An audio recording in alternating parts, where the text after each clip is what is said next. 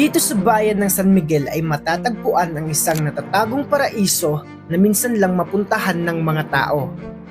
At ito, ang Casamero Falls, ang undiscovered tourist attraction ng San Miguel Leyte.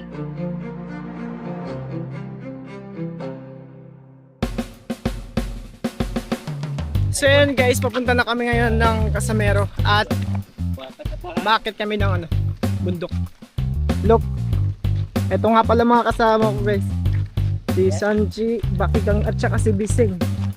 Syempre, di nawawala yung team namin, si Gyor at si Ikot. Sinaktan pero pumugi. Ayo. Marami na rin ang nagtatanong sa akin kung saan banda matatagpuan ang lugar na to.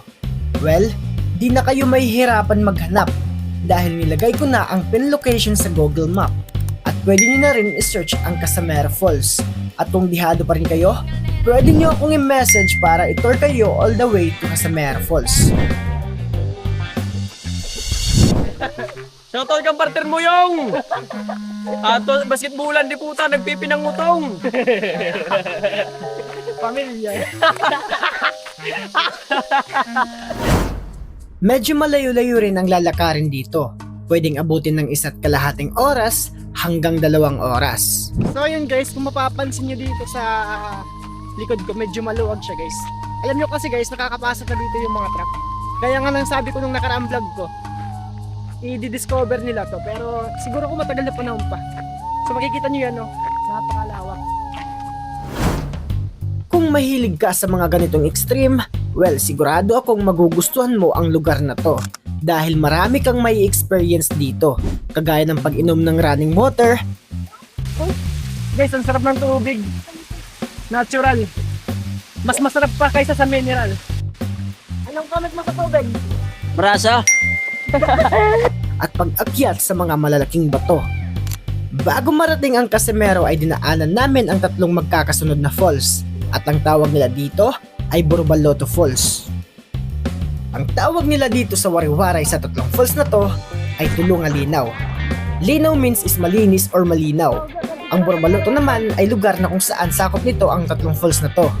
Ito yung pangatlong falls ng Casamero. Papakita ko sa inyo. Oh, ito yung pangatlong falls ng Casamero.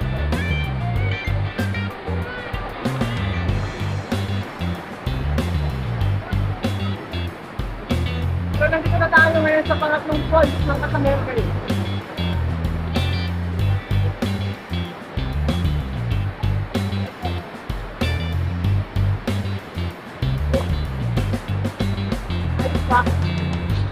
Malapit na kami sa mismong Casamero guys. Yung pinakamataas talaga na talon dito sa San Miguel. Pero sigurado akong dito pa lang mamamangha ka na sa ganda ng mga paraisong ito.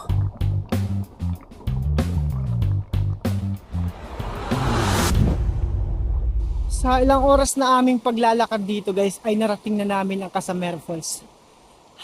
Long time no see Casamero. 3 years. 3 years ako hindi nakapunta dito. Tagal. Yun ang Casamero Falls. Tara, puntahan natin.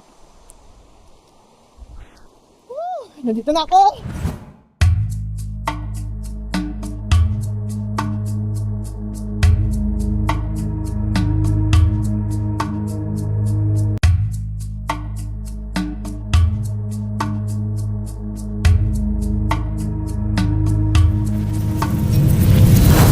So ayun guys, doon kami sa taas ng falls kakain.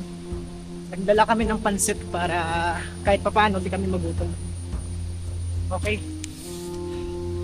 So nandito na kami sa taas ng falls. So matatanaw nyo dito yung falls guys. Yan. Ayan yung falls guys. Yan. Medyo mataas na kami. Dito yung daan. Doon mo lang matatanaw yung falls sa... Dito kami tumatalon dati.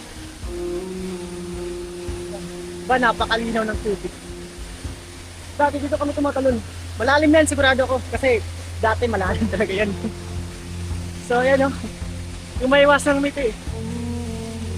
So kailangan lang dito mag-ingat kasi yung daan medyo makipot. Baka madulas, pwede kang mahulog doon. Siyempre, kailangan talaga natin mag-ingat. Ito yung daan. Medyo makipot talaga. Tapos madulas. Ganyan naman.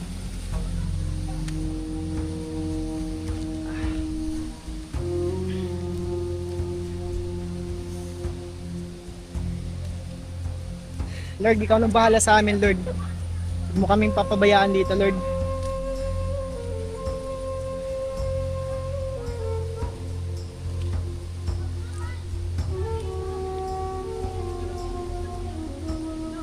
Hi guys! Kumakain na ba kayo guys?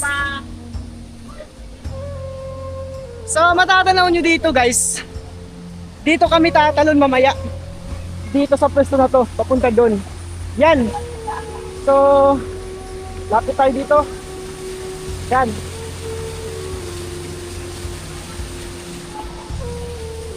Ang taas! Taas! So dito guys, naka-prepare na yung aming kakainin. Siyempre, magbubudol fight lang kami. At yan, meron kaming pansit na may kasamang chicharon. Siyempre, di mawawala yung aming dessert. Pipino. Pipino yan. Okay guys, isa-isa kami magko-comment sa nagluto ng pansit. Okay. O, nagko-comment. Ang pansit Marmarasa. Ito yung pansit na hindi nagpapahaba ng buhay. Nakakamatay walang tubig, sunog. Okay guys, kung sinong gagawa ng challenge na to, may 100 pesos. So, subukan mo yung partner mo gamit ang pinuto. Hindi nakakita, walang makakita. Walang makakita. Dapat na, mo din yung sala. Ayaw. Ang rate ko dito ay 10 out of 10 dahil pwede ka dito mag-dive, tumalon, 1, 3, 2. at pwede ka rin makapunta sa mismong ilalim ng bumabagsak na tubig.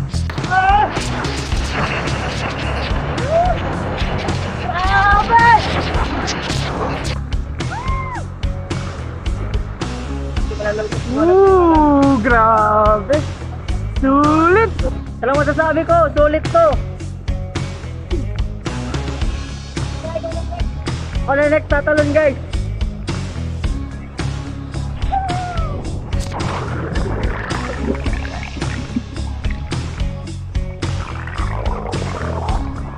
Okay guys! Let's play!